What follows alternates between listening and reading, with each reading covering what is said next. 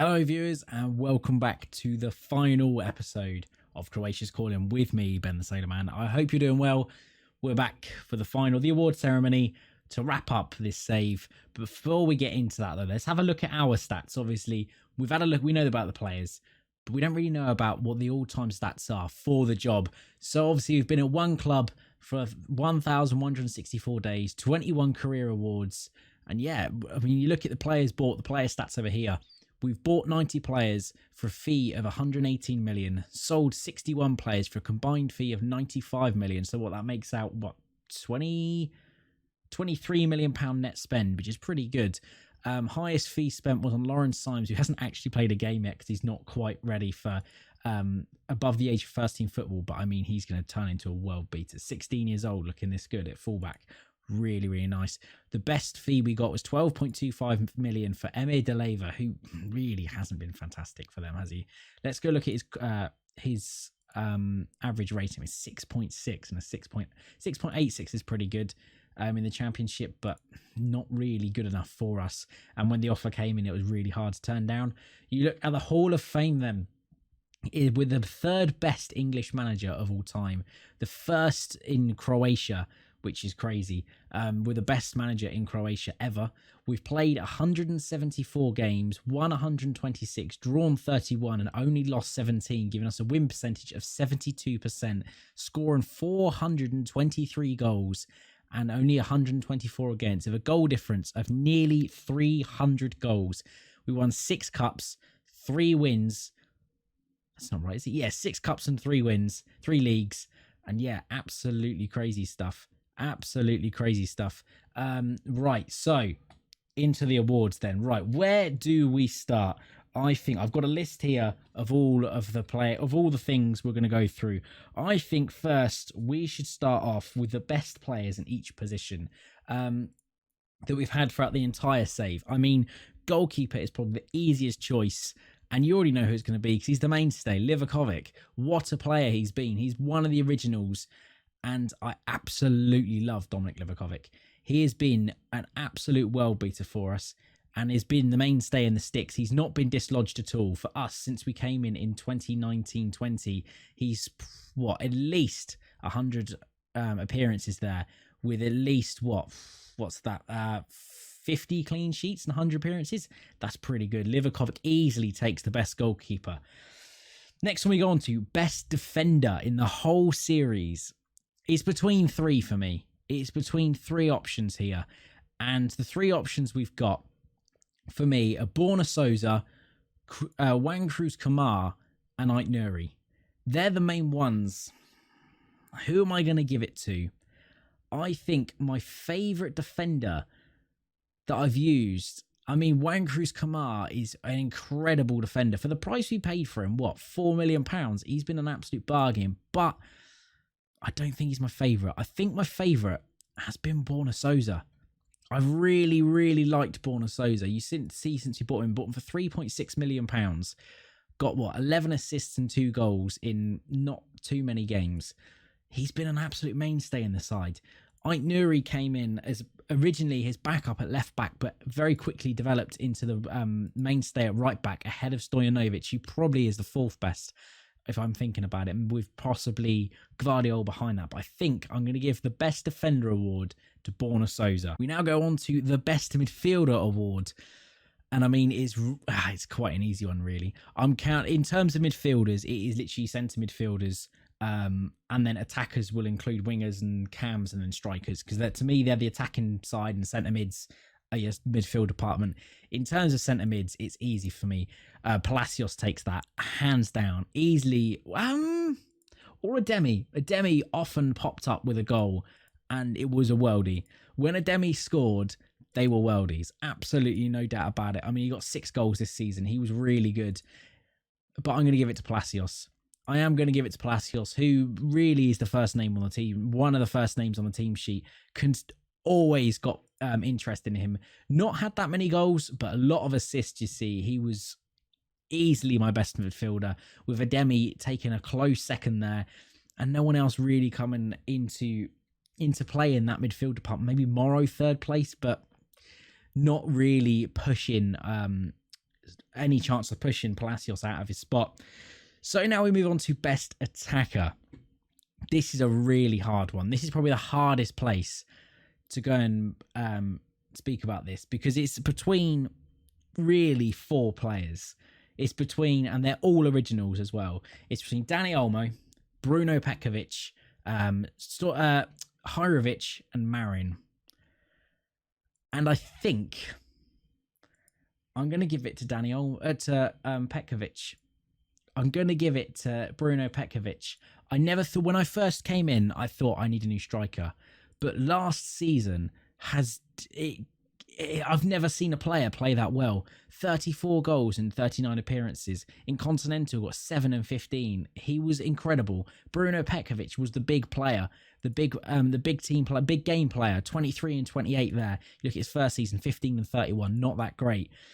So I think Bruno Petkovic is going to be my best attacker just for his form. He was incredible last season and probably single-handedly won us the Champions League with, I want to say, either Danny, I don't know, it's very close for second place. My next one then will be for best signing.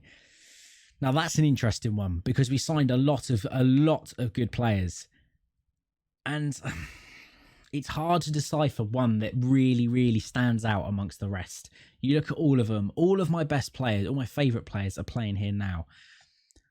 And I think my favourite signing that I've signed, it's between 3 players. 4 potentially. It's between Palacios, it's between Sousa, Kamar, and Ait-Nouri. And I'm going to say Ait-Nouri. I think Ait-Nouri is my favourite signing. I knew he'd be good, but the way he revolutionised and came into his own at that right back position, I'm giving it to Ait-Nouri. Absolutely fantastic player for me. For £1.1 million, that also plays a factor in it. £1.1 million paid for him, which was unbelievable. They listed him for that. I was never saying no to that. And in terms of a close second, I think it's probably Sousa. Sousa is in close second for best signing. Best player award. My best player throughout this whole game, this whole save, I think I have to give it to Bruno as well. Let's be honest, the amount of goals he scored for me, especially last season, he can't not take it. Let's be honest here. Bruno has been an absolute force to be reckoned with. Next one then will be favourite player. Now that's different. There's a difference between a favourite player and a best player. And I mean, if you watch my Twitch, you already know who this award is going to. It's going to Antonio Marin. Let's be honest here. Antonio Marin, he won me. He scored the goal in the Champions League final. Antonio Marin is getting my favourite player award. The next one then is going to best hidden gem, or someone who I never expected to be as good as he was, but was incredible. And that's going to Izet Hirovic. Izet Hirovic, in the first 2 seasons we were here, scored an absolute shed load of goals and single-handedly got us as far as we were. If you look at that one, for example, 25 in 33, absolutely incredible player. Next one then will be best young player. Now there's two players that are in contention for this, really. It's either Marin or it's Ait-Nouri, and I want to say it's Marin. Marin has just been absolutely incredible for me. We'll go quickly look at his stats, actually. We forgot to look at that a second ago.